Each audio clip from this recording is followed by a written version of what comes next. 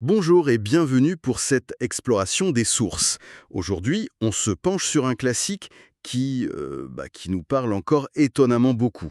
De la breveté de la vie du philosophe stoïcien Sénèque. Bonjour, oui, un texte assez incroyable de pertinence encore maintenant. On a sous les yeux des extraits d'une traduction, et franchement, c'est assez percutant. Notre mission, aujourd'hui, c'est d'essayer de comprendre le cœur de l'argument de Sénèque. Alors, cette fameuse question, est-ce que la vie est vraiment trop courte, comme on l'entend, tout le temps? Ou est-ce que c'est plutôt nous qui la gâchons? Uhum. C'est un peu ça son angle d'attaque, non? Exactement.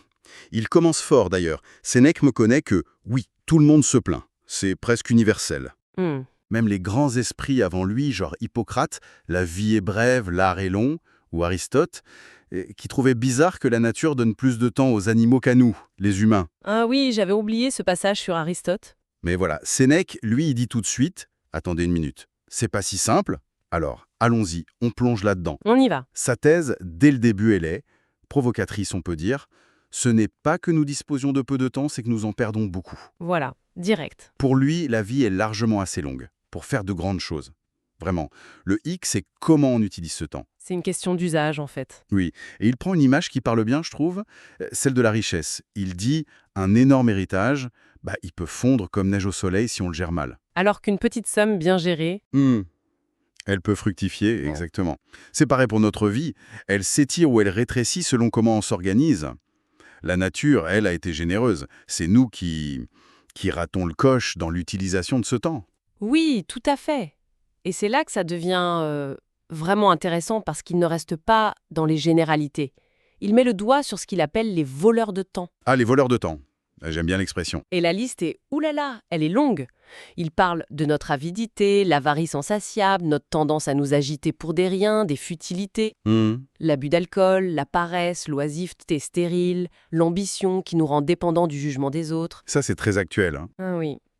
La servitude volontaire auprès des puissants, la course à l'argent des autres, ou même les plaintes constantes sur notre propre sort.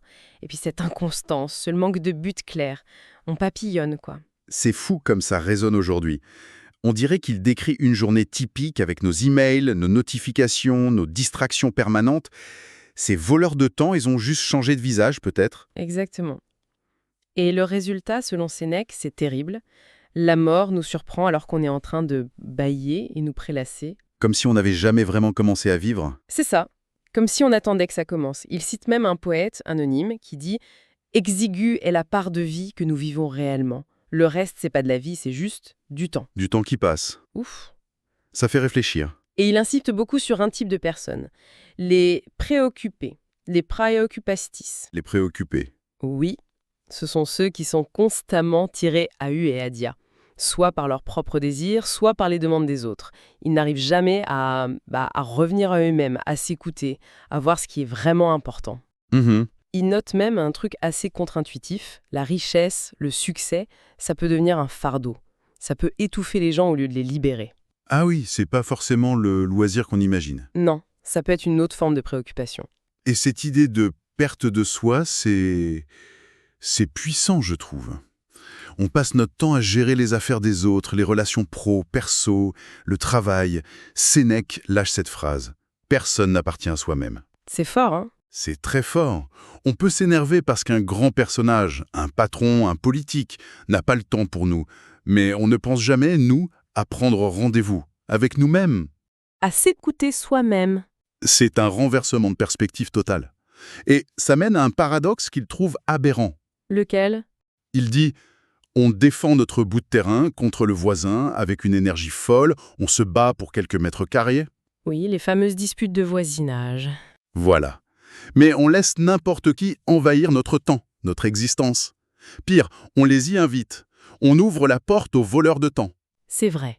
On compte notre argent au centime près. On est économe sur plein de choses. Mais on dilapide notre temps, on le jette par les fenêtres, alors que c'est la seule chose, dit-il, pour laquelle l'avarice est honorable. L'avarice honorable pour le temps. J'aime beaucoup cette formule. Ça marque les esprits. Et pour nous secouer un peu, il imagine un exercice mental assez percutant. Vas-y, raconte. Il imagine qu'on interpelle une personne très âgée, un centenaire, et qu'on lui demande de faire le bilan, le compte de sa vie. Ah oui, l'audit de vie. C'est ça. Combien de temps perdu avec le créancier, la maîtresse, le patron, le client? Combien de temps passé en disputes conjugales, stériles, en obligations sociales qui nous pèsent?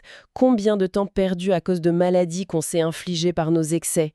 Ou juste en oisiveté, à ne rien faire de constructif? Le bilan risque d'être douloureux. C'est le moins qu'on puisse dire. La conclusion qu'il anticipe est sans appel. Tu t'apercevras que tu meurs prématurément. Prématurément, même à 100 ans. C'est ça qui est fou. Oui, parce que tu n'as pas vraiment vécu la plupart de ce temps. On vit dans une contradiction permanente, hein. On a peur de la mort comme des mortels, mais on désire et on gaspille le temps comme si on était immortel. Comme si on en avait à l'infini. Ce gaspillage, ça passe souvent par le fait de repousser à plus tard, non? La fameuse procrastination. Exactement. C'est un des grands pièges. Sénèque trouve ça complètement fou. Cette idée de prévoir de commencer à vivre à 50 ou 60 ans. Quand je serai à la retraite. Voilà. Comme si on avait une garantie d'y arriver. Et même si on y arrive, dans quel état? C'est une illusion dangereuse. Et ce rêve d'avoir enfin du temps pour soi, ce fameux loisir, ce n'est pas juste le rêve des gens ordinaires. Ah non. Non, même les plus puissants y aspirent. Il prend l'exemple d'Auguste, l'empereur de Rome quand même, hein. Oui, le maître du monde, ou presque. Eh bien, Auguste priait sans cesse pour obtenir le repos, pour pouvoir enfin vivre pour lui-même. C'était son grand souhait. Une consolation peut-être illusoire face à ses angoisses permanentes. Les guerres civiles, les complots, les problèmes familiaux. Même l'empereur rêvait d'une vie simple. Oui, Cicéron, grand orateur, grand homme politique, il se décrivait comme à moitié libre, et il en est venu à maudire son propre consulat, le sommet de sa carrière. Incroyable. Ou encore un autre, Livius Drusus, un homme politique hyperactif. Sur la fin, il regrettait de n'avoir jamais eu de vraies vacances, même quand il était enfant. Ce désir de loisir, de temps pour soi, il semble universel, mais souvent inaccessible, même pour ceux qui en apparence ont tout. Mais Sénèque dit aussi que se plaindre ne sert à rien si on ne change pas nos habitudes. C'est ça, on peut rêver de loisirs, mais si on retourne à nos occupations... C'est tout le problème. On se plaint, on soupire et puis... hop, on retourne à nos affaires, à nos préoccupations. Et le temps, lui, il file. Il ne nous attend pas. Si on ne le saisit pas activement, là, maintenant, il est perdu à jamais. D'accord, donc il faut saisir le temps, vivre maintenant. Mais qu'est-ce que ça veut dire concrètement? Parce que Sénèque, il est malin, il critique aussi ce qu'on pense être du loisir, non? Il parle de préoccupation oisive. Qu'est-ce que ça veut dire ça? C'est être occupé à ne rien faire d'important. C'est exactement ça. Une agitation stérile. Du temps occupé, mais pas du temps vécu. Et il donne des exemples qui peuvent nous faire sourire aujourd'hui encore. Ah oui, lesquels? Le collectionneur hyper méticuleux de vieux bronzes qui passe son temps à les astiquer, à les classer. Le collectionneur compulsif. Ou le passionné de lutte qui connaît par cœur le classement de tous les athlètes huilés. Ou celui qui passe des heures chez le coiffeur pour que chaque cheveu soit parfait. Ok, je vois le genre. Ou encore celui qui est absorbé par la musique, à composer ou écouter des chansons, au point de fredonner même dans des moments sérieux ou graves. L'organisation de banquets juste pour l'apparence, pour épater la galerie. Le m'as-tu vu? Voilà. Ou même la dépendance aux routines de confort, être porté en litière, avoir des horaires stricts pour les bains, les repas. Ah oui, il y a cette anecdote terrible. Cet homme tellement amolli par le luxe qu'on doit le porter du bain à sa chaise. Et qui demande « Suis-je maintenant assis ?» C'est glaçant. Une image terrible de déconnexion totale de soi-même et du réel. Et Sénèque s'interroge, cette personne. Est-ce qu'elle sait seulement si elle est vivante? Si elle voit?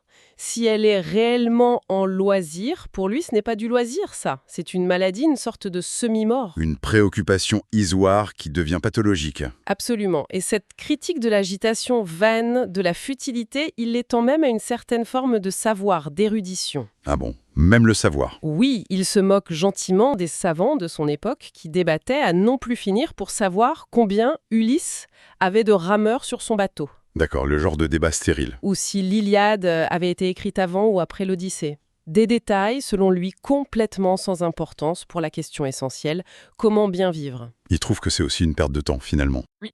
Il se voit la même tendance chez ses contemporains romains, avec leur passion pour les premières historiques. Qui a gagné la première bataille navale? Qui a été le premier à montrer des éléphants à Rome? D'où vient tel mot? C'est de la curiosité peut-être, Mais ça ne nourrit pas l'âme, ça ne nous apprend pas à vivre, c'est futile.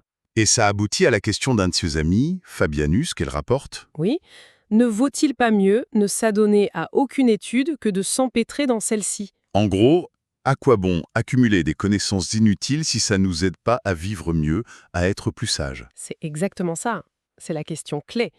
Alors, si toutes ces agitations, ces fausses occupations, ces savoirs futiles, ce n'est pas la vraie vie, si ce n'est pas du vrai loisir, qu'est-ce que c'est? Qu'est-ce qui reste? Et la réponse de Sénèque, c'est Pour lui, elle est sans équivoque. C'est la philosophie, la recherche de la sagesse.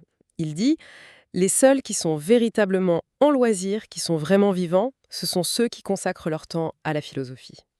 pourquoi spécifiquement la philosophie? Parce que, pour lui, ils ne vivent pas seulement leur propre petite vie limitée dans le temps. Ils font quelque chose d'extraordinaire. Ils annexent toutes les époques à la leur. Annexer toutes les époques. C'est une très belle image. C'est comme entrer en conversation avec les grands esprits du passé, dialoguer avec eux. C'est tout à fait ça. Il dit qu'en étudiant les philosophes, on peut débattre avec Socrate, douter avec Carnéade, un sceptique, chercher la tranquillité avec Épicure, affronter la nature humaine avec les stoïciens ou même essayer de la dépasser avec les cyniques. Le passé devient une ressource vivante, accessible maintenant. Exactement. Tous les âges nous deviennent accessibles. Il utilise même une métaphore assez forte. On peut choisir d'être adopté par ces grandes intelligences du passé. Adopter. Oui, comme on choisit ses amis ou ses mentors. Et on hérite alors de leurs trésors intellectuels. Et ce sont des trésors qui, contrairement à l'argent, grandissent quand on les partage. Pour Sénèque, c'est la seule voie vers une forme d'immortalité, dépasser sa propre courte existence. Et cultiver cette sagesse, ce dialogue avec le passé, ça change notre rapport au temps présent, j'imagine. Radicalement. Le sage, parce qu'il est connecté au passé par la mémoire et l'étude, et qu'il utilise pleinement le présent, il peut aussi anticiper le futur sans angoisse. Il réunit les trois dimensions du temps, passé, présent, futur.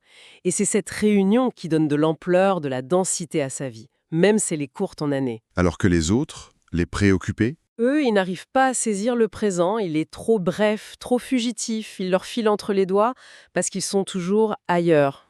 soit dans le passé, soit dans le futur. Oui, ils sont coupés du passé, souvent parce qu'ils n'osent pas regarder leurs erreurs ou leurs regrets en face. Et le présent leur échappe pendant qu'ils s'agitent pour l'avenir ou qu'ils ruminent le passé.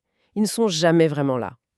Et qu'est-ce qui nous empêche le plus de saisir ce présent, d'être vraiment là, selon Sénèque? C'est quoi le plus grand obstacle? C'est l'attente, l'expectancy, comme il dit. Le fait de toujours miser sur demain, de compter sur le futur pour enfin vivre, pour enfin être heureux. Et du coup, on laisse filer aujourd'hui le seul temps qu'on a vraiment. On sacrifie le présent sur l'autel d'un futur incertain. C'est ça. Et son cri du cœur, c'est « vis maintenant ». Il faut arrêter d'attendre. Il cite même Virgile, un vers magnifique. Pour les malheureux mortels, le plus beau jour est toujours le premier à fuir. Le temps presse. Le plus beau jour fuit. Il faut donc être rapide, nous aussi. Oui, il faut rivaliser avec la rapidité du temps par la rapidité de notre usage. Ne pas le laisser s'échapper sans rien en faire. Et si on ne fait pas ça, si on ne vit pas maintenant, si on reste dans l'attente et la préoccupation, j'imagine que ça mène forcément à des regrets terribles à la fin. C'est la conséquence logique, et Sénèque l'a décrit de façon très crue. Il parle de cette prise de conscience tardive et terrifiée des préoccupés quand la maladie grave ou la mort approche. Le moment où les illusions tombent. Exactement. C'est seulement là, au seuil de la mort, qu'ils réalisent avec effroi qu'ils n'ont pas vécu, que toute leur agitation, leur course, leur labeur, tout ça c'était pour rien, c'était vain. Et là, ils veulent du temps supplémentaire. Oui, ils supplient les médecins, les dieux, pour avoir quelques années de plus, quelques mois. Ils promettent que cette fois, oh oui, cette fois, ils vivront vraiment en loisir, ils profiteront, mais c'est trop tard. Alors que le sage, lui, Le sage, même si sa vie est courte en années, elle a été pleine. Il l'a possédée entièrement, donc sa vie lui suffit. Et il va à la mort d'un pas assuré, sans panique, sans regret amer. et il y a une sérénité face à la fin, qui manque cruellement aux autres. Tout à fait. Et laissez prendre une tournure très personnelle à la fin, quand Sénèque s'adresse directement à son ami Paulinus. C'est qui Paulinus, là? Paulinus, c'était probablement son beau-père, et surtout, il occupait un poste extrêmement important et stressant à Rome. Il était préfet de l'Annone, c'est-à-dire responsable de tout l'approvisionnement en blé de la ville de Rome. Une tâche gigantesque et écrasante. Un genre de super ministre de l'économie alimentaire, on pourrait dire aujourd'hui. Ça devait être un poste à haute pression, hein. Oh oui, et Sénèque lui conseille très directement de lâcher prise, de se retirer de cette charge épuisante, de chercher un port plus tranquille. Il lui dit de prendre sa retraite, en gros. Oui, mais pas une retraite oisive. Il lui dit, de façon assez piquante, c'est bien de connaître le bilan des greniers publics, mais il vaut mieux connaître le bilan de ta propre vie. Prioriser l'introspection sur l'administration. Voilà. Il lui rappelle que ses études libérales, sa formation intellectuelle, le destinaient à mieux qu'à passer sa vie à gérer des stocks de blé, aussi importants que ce soit pour la cité. Et cette retraite qu'il lui propose, ce n'est pas juste arrêter de travailler. Non, pas du tout, la farniente. C'est se tourner vers des études plus calmes, plus sûres et plus importantes. Explorer la nature de l'univers, la volonté divine, le destin de l'âme après la mort, comprendre les vertus, apprendre à maîtriser ses passions, savoir bien vivre et bien mourir. Bref, trouver la paix intérieure profonde. La vraie vie selon Sénèque. Il oppose cette quête de sens au sort de ceux qui sont complètement aliénés, bon. Oui, ceux dont la vie entière dépend des autres, qui aiment sur commande, qui haïssent sur commande, qui sont toujours dans l'attente du jugement ou des ordres d'autrui. Ces gens-là, dit Sénèque, ils ignorent à quel point leur vie est courte, parce qu'en réalité, très peu de cette vie leur appartient vraiment. Ils sont les jouets des circonstances ou des autres. C'est ça. Et il termine avec une critique féroce de l'ambition dévorante, celle qui consume toute une vie. Gâcher toutes ces années juste pour que l'une d'elles porte son nom, comme consul par exemple. Ou mourir en pleine ascension, au sommet de sa gloire. Ou réaliser, juste avant de mourir, que tout ce labeur acharné, toutes ces nuits blanches, c'était juste pour une épitaphe sur une tombe, une ligne gravée dans la pierre. C'est terrible, vu comme ça. Il parle aussi de la mort honteuse, c'est ça? Oui, la mort qui surprend en plein travail ceux qui n'ont jamais su s'arrêter. Le vieil avocat qui s'effondre en pleine plaidoirie et le comptable qui meurt penché sur ses chiffres. Il raconte même cette histoire tragicomique de Tyrannus. Ah oui, Un fonctionnaire mis à la retraite contre son gré, il est tellement perdu sans son travail, sans sa préoccupation, qu'il se fait organiser une sorte de mise en scène de sa retraite chez lui, mais il ne peut plus le supporter. Le désir de travailler lui survit alors même qu'il n'en a plus la force physique. C'est pathétique. le travail comme seule identité, jusqu'à l'absurde. Et l'ironie finale est terrible, vraiment. Sénèque suggère que les funérailles de ces gens qui ont été si occupés, mais qui ont si peu vécu, devraient se faire la nuit, à la lumière des torches. Pourquoi la nuit? Comme on le faisait pour les enfants morts, en bas âge. Parce que leur vraie vie, la part qu'ils ont réellement vécue pour eux-mêmes, a été aussi brève que celle d'un enfant. C'est une image finale extrêmement puissante et sombre. Bon, alors, pour essayer de résumer un peu ce tour d'horizon très riche, Sénèque nous lance un défi en fait, un défi intemporel. La vie n'est pas intrinsèquement trop courte.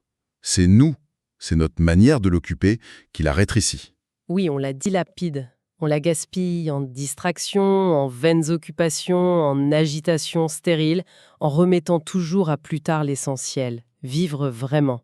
Et la clé, selon lui, la solution, c'est de reprendre le contrôle de notre temps, de saisir le présent et de se consacrer à ce qui nourrit vraiment l'âme, la connaissance de soi, la philosophie, la sagesse. Et cette exploration, forcément, elle nous renvoie directement à nous-mêmes, ici et maintenant, en plein 21e siècle. Quels sont nos propres voleurs de temps modernes? Qu'est-ce qui, dans notre quotidien hyper connecté, hyper sollicité, nous préoccupe au sens où l'entend Sénèque, c'est-à-dire nous occupe, nous agite, mais sans nous enrichir intérieurement? C'est vrai que C'est assez incroyable de voir que des idées qui ont 2000 ans sont toujours aussi pertinentes, aussi aiguës pour nous aider à naviguer notre propre sentiment de brièveté de la vie, nos propres angoisses face au temps qui passe. Absolument. Et pour nous laisser peut-être sur une dernière réflexion, une autre phrase de Sénèque qui m'a marqué, « Apprendre à vivre prend toute une vie C'est beau. Et un peu vertigineux. ». Ouais. Si cet apprentissage est si long, si crucial et si, comme il le démontre si bien, on en gaspille une énorme partie, eh bien, la question reste ouverte et elle est pour chacun de nous. Quand est-ce qu'on commence vraiment à apprendre ?